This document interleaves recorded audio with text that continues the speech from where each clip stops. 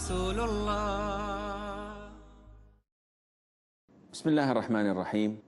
الحمد لله رب العالمين، وصلى الله وسلم وبارك على عبده ورسوله الأمين نبينا محمد وعلى آله وصحبه أجمعين. Dear brothers and sisters in Islam, Assalamu alaikum wa rahmatullahi wa barakatuh. Hadith number 27 in the series of Arba'een Nawawiyyah. The hadith was narrated by two companions, so there are two hadiths in one. The first one was narrated by Nawas ibn Sam'an, may Allah be pleased with him. He said that the Prophet ﷺ said, Al-birru, which can be roughly translated into righteousness, is in good character, and wrongdoing is that which wavers in your soul and which you dislike people finding out about it. And in another narration by Wabisah ibn Ma'bad, may Allah be pleased with him, he said that I came to the Prophet ﷺ, and when he saw me, he asked me, you have come to ask about righteousness? And I said, yes, O Prophet of Allah. The Prophet said to him, consult your heart. Righteousness is that about which the soul and the heart feel at ease and tranquil. And wrongdoing is that which wavers in the soul and goes back and forth in the chest. Even though people have repeatedly given their legal opinion in its favor. Now, these two hadiths talk about the same thing, which is al-birr. What is al-birr? Al-birr in Arabic is like a big umbrella that has all that is good and virtuous under it. Anything you can think of falls under the terminology al-birr. So you could have charity, part of al-birr, your prayer, being kind to people, observing fasting, doing this or that. Anything that gets you closer to Allah Azza wa Jal, anything that is good, it's considered to be al-birr. And the Prophet ﷺ highlighted the importance of good character, of al-akhlaq. And by what we see from the word al-birr, among the highest levels of birr to others is your birr to your parents. The Prophet said ﷺ that among the greatest deeds a person could do is to offer birr to his parents. Now, how can I offer birr to my parents? By being kind to them, by being respectful, by obeying them, by going out of your way to please them. So part of being righteous, part of having this birr to your parents is to make them laugh, is to make them happy, is to do things that they want you to do, is to give them money without them asking, is not to make them in need of anyone. This is part of the birr. And you can go on with doing birr to your next of kin. You can go on by doing birr, by teaching people and commanding virtue and goodness. And also you can do birr and reach the level of righteousness by not harming others, by preventing yourself and refraining from bringing any kind of harm to people. This all falls under the umbrella of al-birr. So the Prophet said, alayhi al-birru husnul khuluq. Righteousness is good character. But when the Prophet said this, alayhi as this is the habit of the Prophet ﷺ and the habit of the Arabic language, this does not limit righteousness to good character, but it highlights the importance of good character. Like when the Prophet says, ﷺ, Al-Hajju Arafah. Pilgrimage is Arafah. Arafah, or standing in Arafat, is one of the pillars of Hajj. There are other pillars of Hajj. However, the Prophet ﷺ highlighted the importance of Arafah as if Arafah constitutes all of the Hajj. but this is not correct. It is the most important pillar. And likewise, al-birru husn al-khuluq. Good character is not only righteousness, but it is one of the most important parts or definitions of righteousness. And we all know the hadith where the Prophet ﷺ highlights the good character. For example, the Prophet says ﷺ that among the closest to me from you on the Day of Judgment are those who have good character and moral conduct and high level of ethics. The Prophet said ﷺ, the best among you are those who have good character. He said, the best among you are those who are kind and good to their wives and families. And he was addressing the companions and telling them, I am the best of you to his wives and family. So good character is not something to be taken lightly. We are in great need of good character more than a lot of knowledge. Because if you have the basic knowledge that enables you to pray, to fast, to give zakat, to perform hajj, the pillars of Islam, and you have good character, then you are among the people of paradise. But if you know every single detail in the books of fiqh, in the books of aqeedah, and you know the different opinions of different factions and sects of Islam, and if you know every single detail of the sunnah of the Prophet ﷺ, but you lack the good character, your akhlaq, your moral conduct, your ethics are zero. You're rude, you're arrogant, your tongue is filthy, you are impolite, then this would not help you on the Day of Judgment. Because the closest to the Prophet ﷺ, who managed to translate the knowledge they have into actions by having good character, by being honest, by being truthful, by being kind to others. And the Prophet ﷺ stated in the first hadith of Nawas ibn Sam'an that wrongdoing is that which wavers in your soul, and you don't want people to know about it. And this is quite tricky, because so many times, if you remember from the hadith of Nu'man ibn Bashir, may Allah be pleased with them, when the Prophet said that halal is clear, haram is clear, between them there are doubtful matters. We have a problem with doubtful matters. We may think that it is completely halal, but when we do it, deep down, it wavers in your soul. It goes up and down, and you don't feel at ease with it. And this shows you that this is wrong, and you should refrain from it. And that is why the Prophet ﷺ defined it by saying that if it wavers in your soul and you dislike people to look at you when you're doing it, then this is haram. Don't think twice. If you are a straightforward person, if you are a practicing person, because this applies only to those who are practicing, those who have pure souls. When they do something that's doubtful, they have this feeling of unease.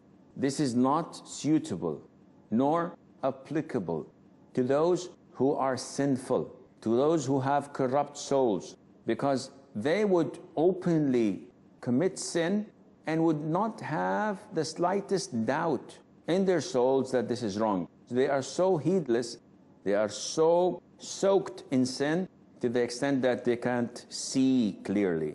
And that is why when sometimes you turn on the TV and find a musical band playing, turn off the music. It's haram to listen, but turn off the music and just look at them dancing and jumping on the stage and doing this, and so emotional. And you see to that, subhanallah, these people don't look at themselves. They're sitting openly and expressing their emotions openly. Can't they feel that this is a sin? The answer is no, they can't, because their hearts are sealed, so they cannot see. And this is a big problem. When a person does not have a pure soul and a clean heart, then he is doomed. The Prophet tells us, whoever skips 3 Friday prayers in a row, Allah would seal his heart. How would Allah seal our hearts?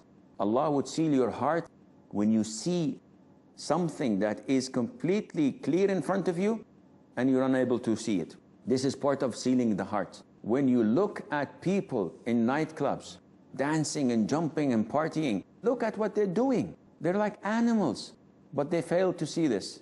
Not only that, even Muslims who are heedless would look at them and say, I wish I could do like them, because their vision has been blocked and their souls have been corrupted and their hearts have died. Those who have this will never ever be able to detect whether this is wrongdoing or this is righteousness. We have a short break. Stay tuned, and inshallah we'll be right back. Allahu, Allahu, Ya Rabbi, Ya Allah.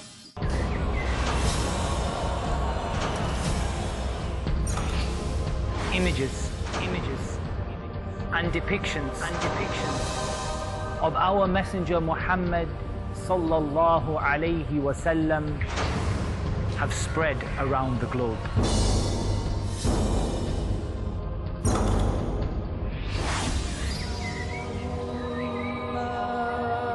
May endless blessings be upon thee. His life is being examined in the glare of the global media spotlight.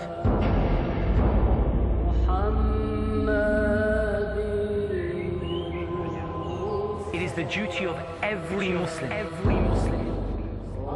to present to the world the truth of his life and the excellence of his character. And we have not sent you, O Muhammad, except as a mercy to the universe.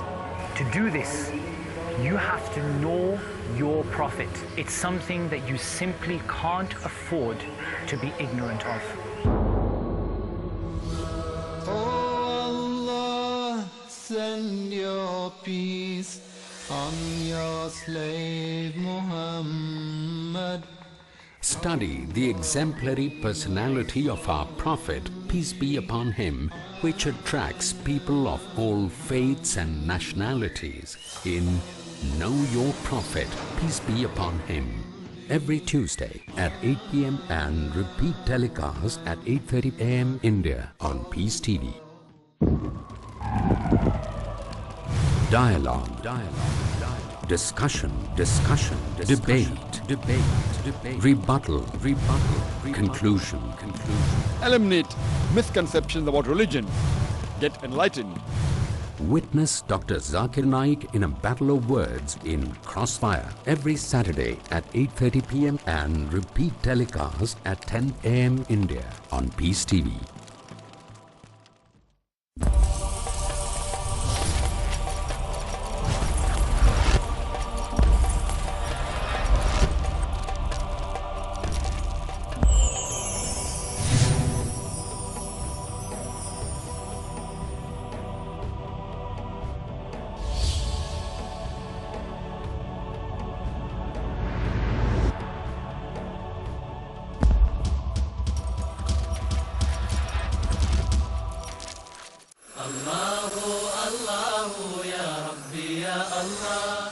Assalamu alaikum and welcome back. In the hadith of Wabisa ibn Ma'bad, may Allah be pleased with him, he came through the people and he said, make way, I want to ask the Prophet ﷺ.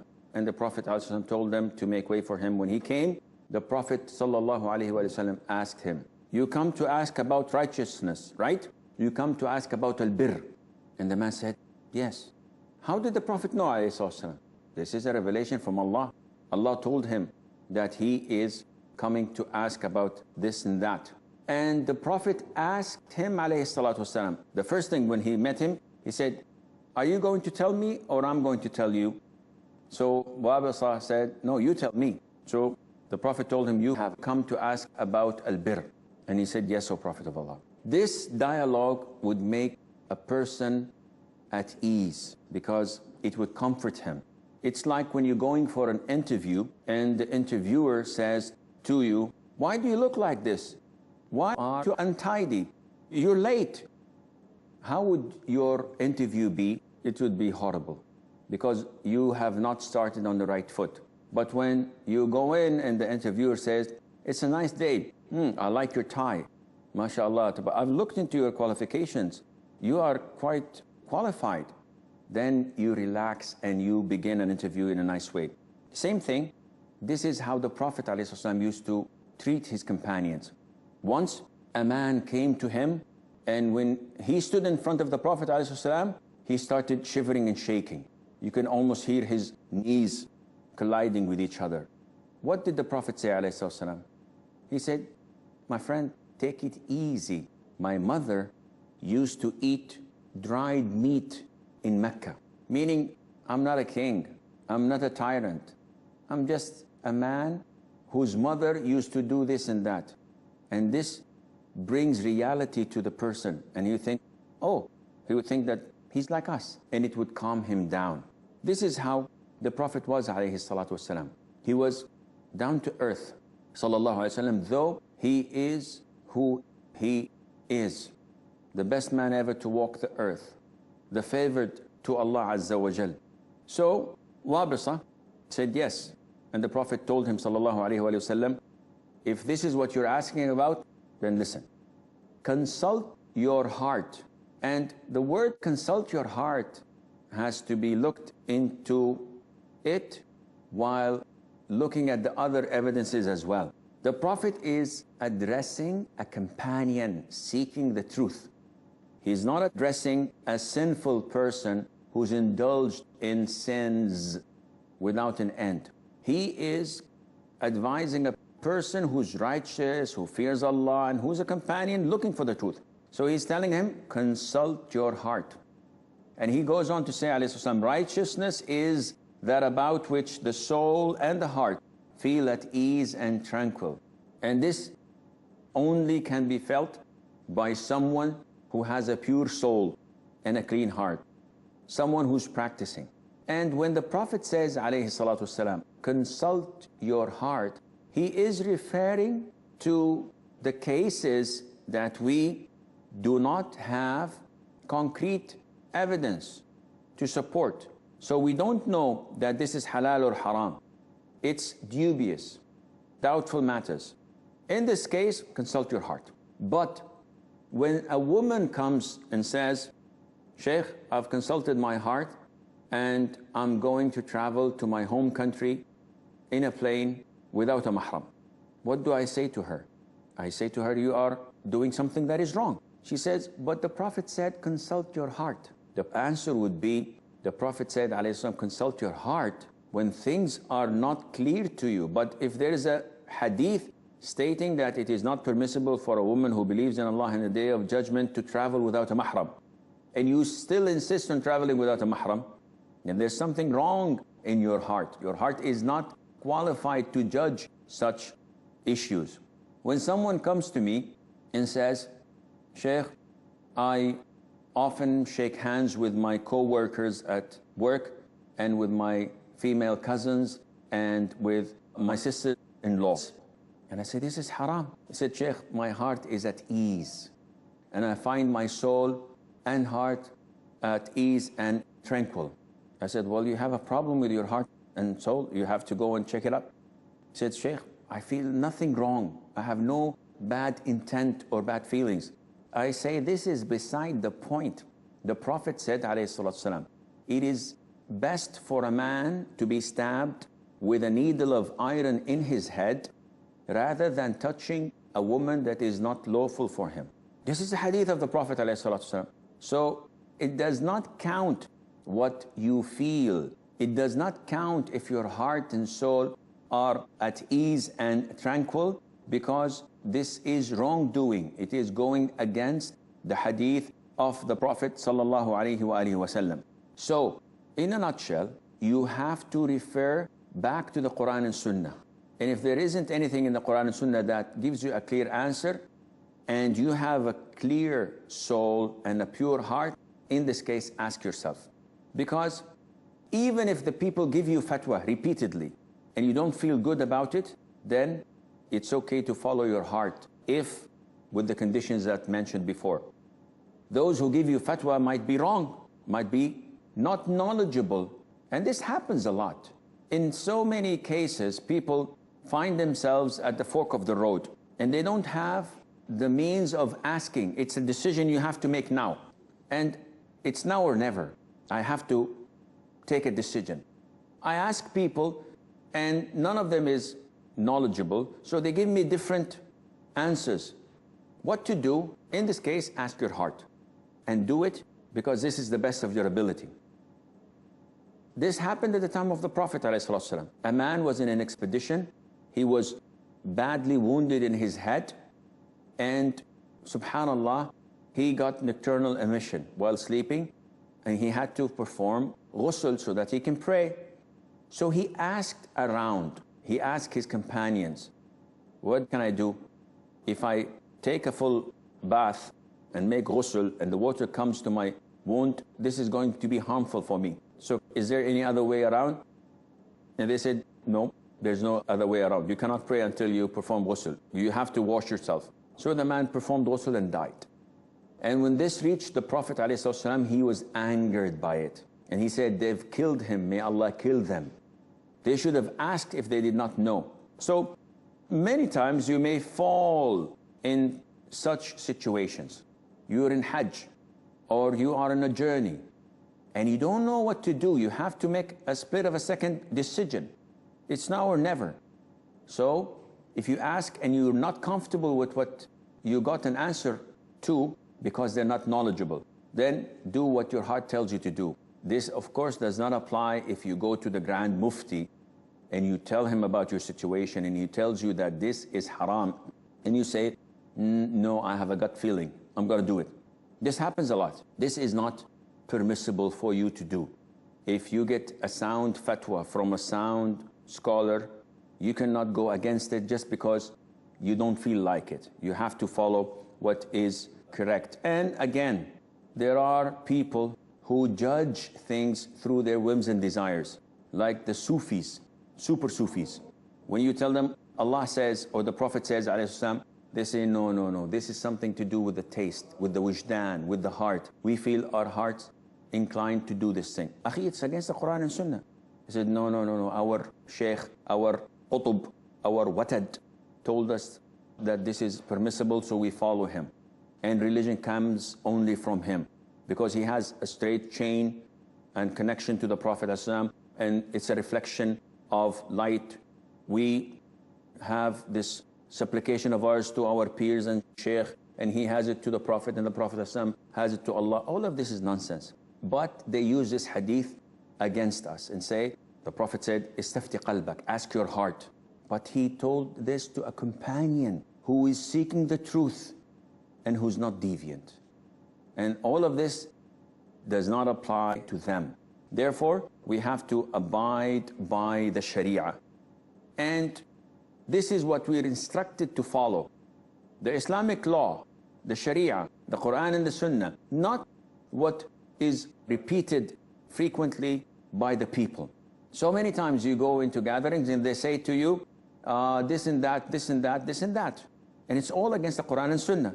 But it's widely spread among the people. They take it for granted.